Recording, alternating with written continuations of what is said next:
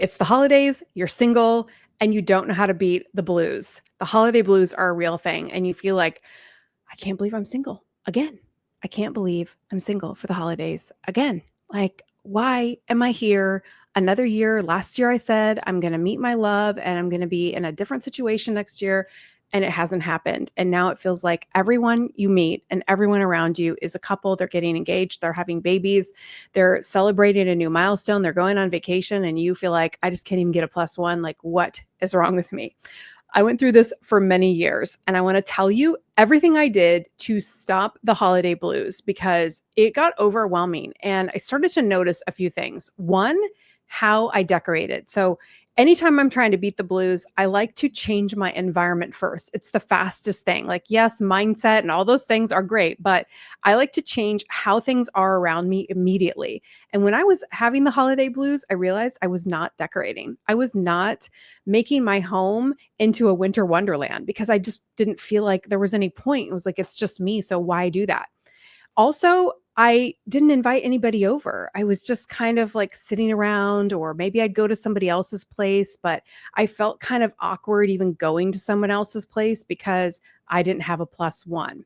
So I changed those two things. I started decorating my place and making it a winter wonderland. I celebrate Christmas, whatever you celebrate, but really go all in on decorating as if you had a family. Because I found that if I just went really kind of minimal, it was again another reminder. But when I walked into my home and I saw a Christmas tree and white lights and decorations, it does lift your spirits. I started playing music. And also, what I started doing is telling people, look, I'm single. I want to be out. I don't want to sit home by myself. So if you have a party, I want to be there. I stopped feeling bad about being single, and people were like, oh, yeah, come over. We'd love to have you.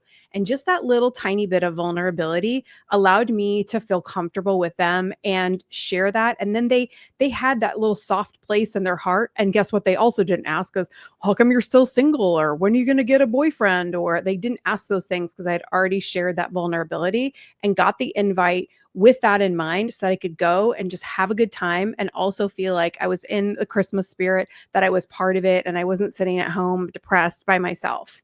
Also, I highly recommend you host a party at your place. Even if it's a small one, I'm not the greatest hostess either. I'm not a great cook.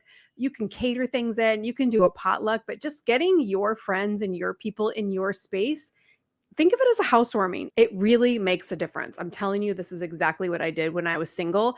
And also on Christmas Eve, I started hosting kind of a stragglers party. Anybody that didn't have a place to go, I said, come over. And I actually said that. I have a party for everybody who just feels like I don't really have plans on Christmas Eve. You'd be surprised how many people do not have plans on Christmas Eve and all of their plans are on Christmas Day. So they kind of sit around feeling like, I don't know what to do either. Find those people and invite them over. It is so much fun. You can play games, you can have drinks and food, and it's so heartwarming. And it will literally lift your spirits because you'll be around people, you'll be having great conversation, you can play music, do whatever you want to do. But I think that this is really what the problem is we have kind of, I guess since 2020, we've sort of stopped thinking about doing these things. Holiday parties kind of minimized. We got to get back into that go-to habit of being together and thinking about just even a small party, even something that is just you and two other friends, just getting two girlfriends together, or even one girlfriend, be like, hey, what do you want to do? Let's hang out on Christmas Eve, even if it's just one person. Huge difference, because I know some of you guys, you might be thinking, Melissa, I don't even have that many friends to invite over. So that's okay. I've had different amounts of friends at different periods of time where it made more sense to do those kinds of parties. And then other times it was just one person, or maybe I'd go to their place.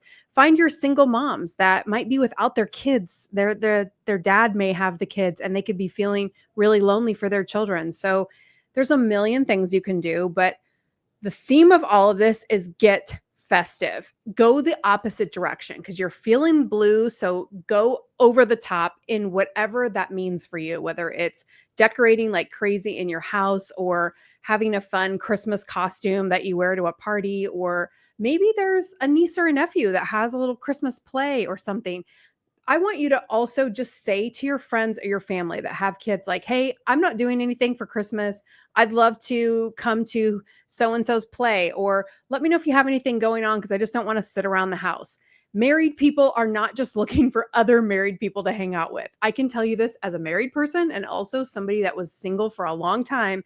And I just started inviting myself. And you know what? It's not as awkward as I thought. In fact, I had some of my best times because it was just me. And I got to focus on my little cousins. I got to go to their events and share in parts of their life that I probably can't now, right? You get busy when you get married. You don't have as much time because you're focused on other things. So use your single time wisely. The most powerful thing that I did when I was single, and I still do it to this day, is volunteer, give back, find people that are in need. Now, I know this might sound like, oh, this is not going to help. I don't want to hear about it. But I'm telling you, it is so powerful. So I did this in many different ways. So I'll tell you one, a quick thing you can do if you have a Ronald McDonald House near you. Ronald McDonald is the organization that helps families with children who have to go to a hospital that's out of town. So imagine you have a sick child and the hospital is out of state and you need a place to stay. So the Ronald McDonald House has all these rooms for families to stay in, but they're not at home and they have it's a beautiful house, usually big kitchens, but they're sharing that kitchen with multiple families. So volunteers bring them food and they love people that bring a dinner that's not like spaghetti or pizza, something original. One time I brought Greek food because I'm Greek Orthodox. So I went and had one of our Greek restaurants volunteer and bring in a bunch of Greek food. And everybody was like, oh my God, it's not pasta or pizza. They were so excited. So you could literally just feed a group of people. Sometimes it's like 15 people. Sometimes it's even less. Sometimes you just drop off food and you know that you are helping families that are struggling through very difficult times. So, although that might sound depressing, it was such a level set for me. I would be thinking, I'm single, I don't like this. But when I got to the Ronald McDonald House and I would sit with a mom who had a sick child, and I did this a few times, and it was just such a reminder like, you know what? I know that I'm feeling bad about this, but look how different my world could be. Look at what these people are going through. And it was a way to get perspective, but also it will lift your spirits so much to help other people. Just to sit and be with somebody during that time, they will feel better, you will feel better. And it's such a compounding effect because a lot of times people think like, oh, I don't want to do that. That sounds depressing and I'm going to be all depressed when you leave. But more than likely, you're not going to be depressed. Yes, you will have a sadness and you will think about it in that way. I can't describe the nourishment to your soul that happens when you have that kind of exchange. And so if that's resonating with you, I highly recommend you just call the Ronald McDonald House, say, hey, I'd love to volunteer a meal. What day would work? And you just get on their calendar. All right. So second thing I did was I volunteered at any kind of retirement home. I went to all types of retirement homes, whether they were Alzheimer's or people that were just in assisted living, anything from assisted living all the way into memory care. And I brought my dogs. I qualified my dogs as service dogs or emotional support. And so I was able to take them into those homes and I would just sit my little Shih Tzu or my little poodle on their laps and they would pet the dog. And it was just like this moment where, when you walk in, if you've ever been in, sometimes they're just like staring at a TV, then they're not even watching it. They're just completely like comatose. And then you put a little dog in their lap and all of a sudden they're like present and they're smiling. And sometimes I can cry when I say this, I have to get through it. But sometimes the only thing they would say is, I used to have a dog. And in that moment, they're thinking about their dog. And like you do that for an hour or two, and you are like, oh my God, I'm so glad I did that. It felt so good. And here's also what it did. When you go into a home like that and you see basically your future, right? Like we're all going to end up there in some way, shape, or form. Like we're all going to get older. We're all going to have life pass us by and we're going to get to that stage. And it really motivates you. It's like, yeah, I'd like to be married. Yeah, I'd like to have my significant other. But you know what? I'm not 95 staring at a TV. Like I still have time. I can do so much with my life. And it really lit fire under me. It's why I live in New York City right now. It literally was like, okay, what do I want to do? Where do I want to go? What do I want to be? And instead of feeling sad, I started just using this time of year to set goals, which is a bonus. I didn't even have it on my list, but this is a time I would also start goal setting. And Brendan Burchard actually does an annual event where he does all of these webinars, and it's all free and it's just like super motivating. I don't know if he's going to do it this year, but I usually do it every year and I just do the free part. And it just gets you sitting down and thinking about goals and dreams. And you can make a vision board, even if you just halfway do it, it's just a great thing to do at this time of year, to focus on positive things, to help other people. Okay, the next thing I would do is go to a domestic violence women's shelter, women who had to leave their homes because they had to just flee and they couldn't take anything with them. I like to donate to those shelters because it really helps me let go of things that I haven't even opened, things I really don't need. So it does help you declutter, but it also helps you let go of things that you would normally hang on to, because like, okay, if that woman, just think of it this way, if that woman was standing in front of you and she said, oh my God, I could totally use that, how fast would you let it go? But when you're just standing there like, I don't know, maybe I'll use this, maybe I won't, it's a little bit different decision. So always just picture that woman in need. She's standing in front of you. She needs that. Are you going to give it to her? 9 times or 10 times out of 10, you're going to do it. So just always think of that when you're thinking about what can I give? Because when you overgive, when you give the thing you kind of want to keep, it just makes the giving that much better. It gives you such a rush to give. That's why I'm telling you to do it. It's not just like, oh, I want you to just do the right thing, but giving lifts your spirits. It will give you a dopamine hit like nothing else. Like you will drive away or walk away from those situations and you'll be like, oh my God, I am so blessed. I am so fortunate. There are people that are way worse than me. I don't know what I was thinking being so down about that. Not that you can't be down about being single, but I'm just telling you what would like really reconcile me. All right, one thing that I always did and still do to this day is make a list of every single thing that you're grateful for. Start with the simplest things like access to a hot shower, to food, to clothes, to friends, the family members that you have. Think of what you do have, because a lot of times we're down because we're focused on everything we don't have. When you reverse that, I know it's being grateful and the gratitude principles, but they're so popular because they work. But they usually aren't working because we're not doing them. And that's what I want you to just focus on. So just even if you jot down a list, this could be like 5 things. It doesn't have to be a 30-minute project. You don't need a new journal to do it, although I always thought I did. But you know what I mean? Like, don't overcomplicate this stuff. Just jot down a quick list.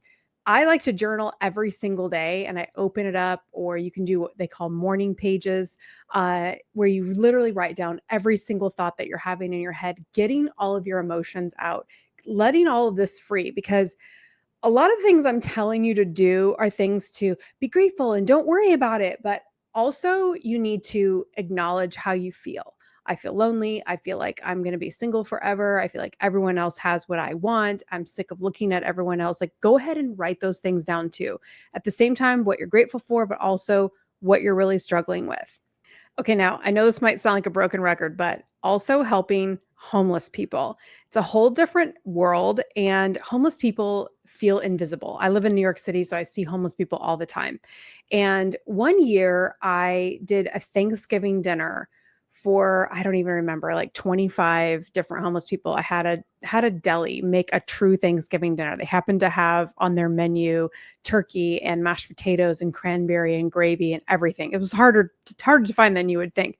So I had them all made and kept hot in these really amazing like tinfoil containers. And I was able to I had my little dog stroller, and I pushed my dog stroller all over, and I just found those people and handed them a meal.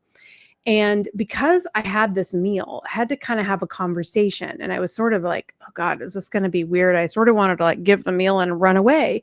But what happened was that I realized these are just regular people. They're not scary people. And I was able to just engage in conversation, which then I realized made them feel seen and visible.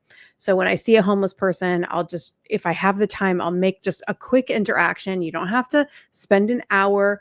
But even just how you engage, like, hey, how are you doing? Will $5 help you out? Or what I love to have is hand warmers. I always have hand warmers in my purse, so I can hand them and say, hey, can I offer you some hand warmers? It's getting cold outside. Merry Christmas, Happy Holidays, whatever. Just treat them as if they're just anybody else on the street and try not to have that pity look because they're getting that from everyone. So, for homeless people, just do a quick Google search or contact your homeless shelters in your area and say, what do they need? Similar to the women's shelters, there's always things that they're running low on, and it can just make you feel so much more productive bringing them things that they're in desperate need of. Sometimes it's food, sometimes it's socks, sometimes it's men's underwear, and you can run by Target or Walmart and pick up some of those things quickly, but you'll know you're contributing the right things.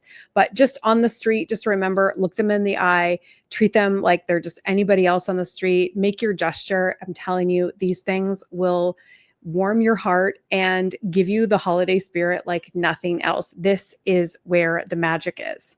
Okay, the next thing I want you to think about is that this is a battle. And the man of your dreams does not want to meet a lonely single girl that wants to be rescued. But it's kind of what we turn into when we're sad, when we're feeling lonely, when we're feeling empty, and we're looking for that guy to make it all better. That can actually attract you to the wrong guy who will make it all better temporarily, but he's not the long-term guy. And it can be another guy that's going to waste 3 or 4 or 5, 6 months that's going to then put you single at the holidays again. And so you don't want a repeat of this year next year.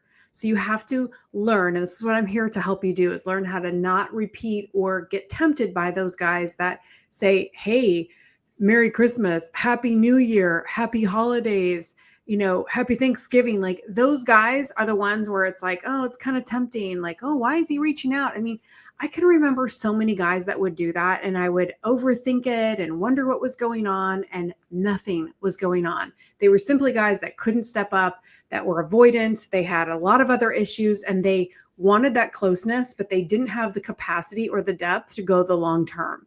And so it's so tempting to get caught up in those. That wasn't in my notes, but it just kind of goes along with the battle. This is a battle that I want you to fight, and I want you to fight it with a positive energy. So whether that's giving, it's being festive, it's spending time with friends, it's focusing on people that are in need. And really, it's becoming others focused, like getting out of your own head. And this doesn't mean you're a selfish person, so don't think about that. Sometimes I wouldn't do any of these things. So I don't want you to feel like you have to be like, oh my God, I got to be at 14 different shelters. You could even just do one. I mean, some years I would do one. Sometimes I would do two.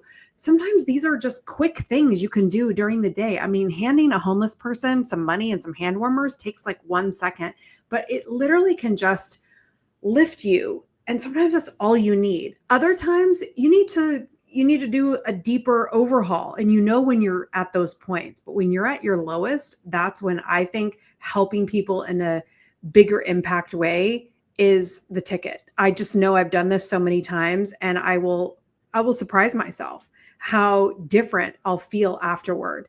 So I cannot stress that enough. And I want you to do this. I want you to help people secretively. Don't tell anyone you're doing it, because the second you tell people something, I don't know what it is, but it just felt like every time I would tell somebody, it just kind of took away the joy a little bit, because they might say, oh yeah, I used to do this, or I do that, or you got to be careful, or, you probably shouldn't. It's like, I don't want to hear any of those things. Some people would be super negative about what to do with homeless people. Like, you do what you want to do, and you don't have to get permission or buy-in from anyone, because that's the last thing you need is negativity. This is like your little secret thing that you do. It's between you, and if you believe in God, this is like you and God and helping this person. And when you keep it a secret, it's so special. And the power, I think that there's such a power in the secretive part of it. It's just like, it's just for you and for that person, and nobody else needs to know. And it just makes you sparkle and smile and feel so grateful and so happy you could help another person. I can't stress that enough. So that's my little tip. Just keep it a secret. The last thing is also a quick fix. I started you and I'm going to end you on a quick fix. So we started on be super festive, put up too many lights, get all the ornaments, go to Home Goods, go crazy, whatever you can afford to do. On the other side, though, I also want you to focus on cleaning, organizing. Whenever I feel kind of sad or blah, I look around and I think, is there a bunch of clutter? A lot of times, clutter is bringing you down. There's just stuff everywhere. You might have Amazon packages that are open. You could have mail you need to go through. You could have gifts that you need to buy. There could just be paper and junk sitting around. In fact, just before I recorded this video, I have to have my background all clear, and it makes me put my office in order. And I had power cords and things for all this equipment that some things I needed and some things I didn't. And when I got the whole space clear, it was just a good reminder of your environment is so critical. So if you have a car, I don't have a car in New York City, but when I had a car, I'd always make sure that my car stayed clean, even in the winter. Wash your car in the winter. My dad always said it's never a bad idea to wash your car. So keep your car clean, get that interior cleaned out, get all the gross stuff out of the cup holders. And then in your home, just take some time, clean out closets, go through your clothes that you're not going to wear this winter, donate them to the shelter.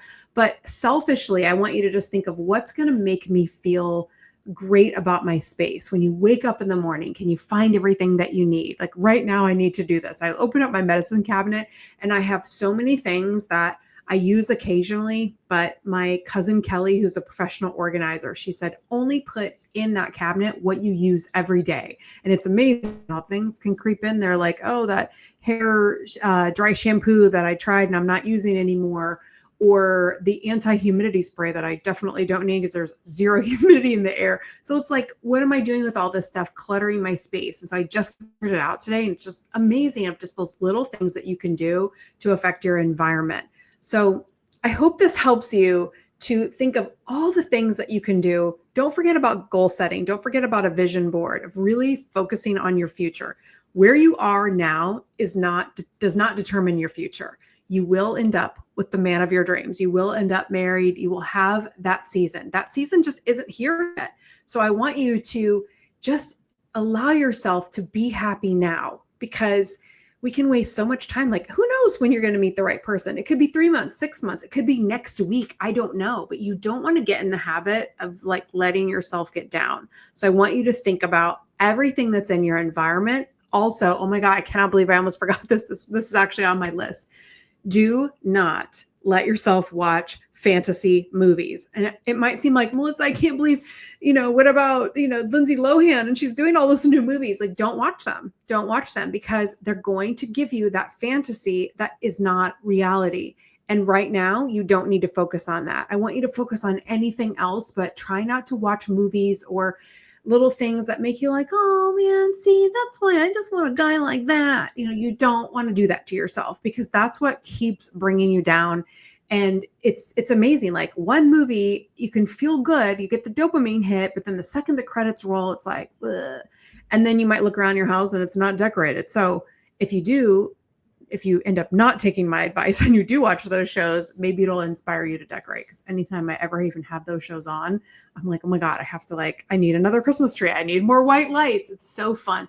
And it actually, white lights, even if you just put up those white twinkle lights, that will make your whole place has such a glow. And it's so like, I don't know, it just like makes the whole place feel so beautiful. And you can get away with putting just random strands of lights anywhere because it's the holidays. So do it, because I put enough lights up to where I don't even have to turn lamps on. I love that. So create that coziness. And I will give you another quick tip. I go on YouTube and I put these on my TV screens everywhere. I find like cute, snowy or rainy day scenes of, like, my favorite is a cozy coffee shop that's like a library / coffee shop with a crazy New York City scene, or a Paris scene, or a London scene, or wherever in the world I'm kind of feeling like I want that vibe.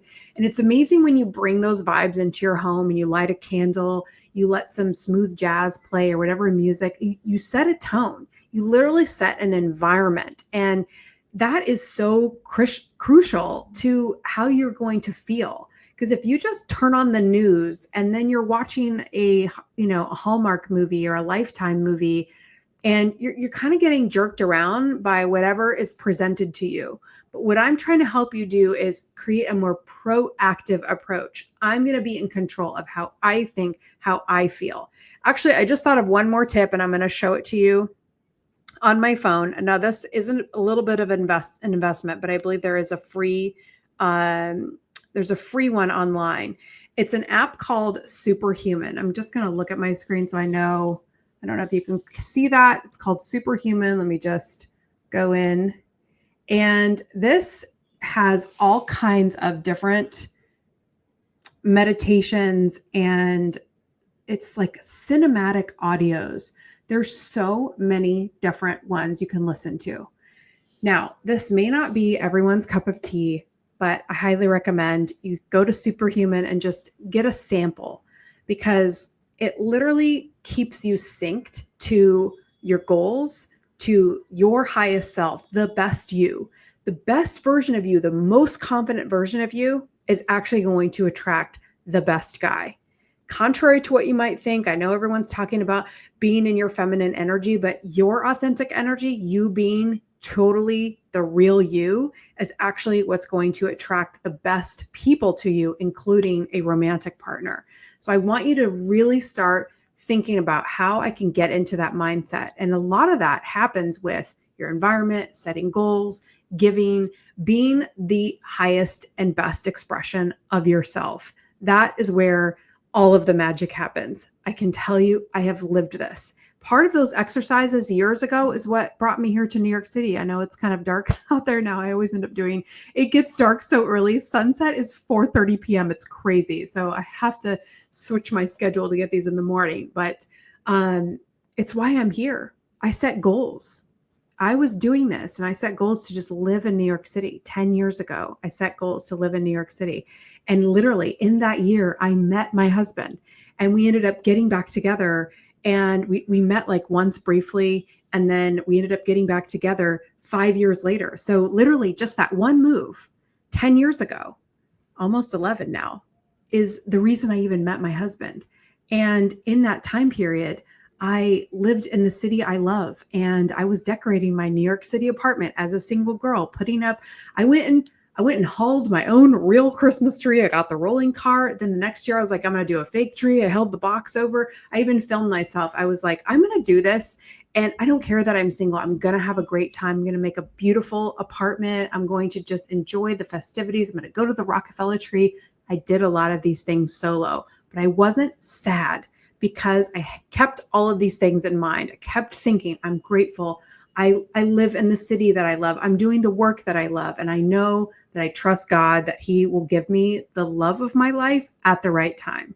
So I will tell you, my biggest secret is that I believe in God and I have a relationship with Jesus. And I will tell you that He is the one that got me through the hardest times. So I don't say that to preach to you. I'm just telling you that as a Christian, that my belief in God is really what gave me that link to what is the most important. And I was able to listen to God, and He would tell me along the way of when to wait, when not to go online dating. I would just get that feeling like now's not the time, and focus here, not there. And that guidance and that energy and enthusiasm and love that I got from God is what sustained me. So if this is maybe a time that you consider renewing your faith or exploring faith, and, whatever you feel drawn to right now, I want you to just think about that. And if you have questions, you can always reach out to me.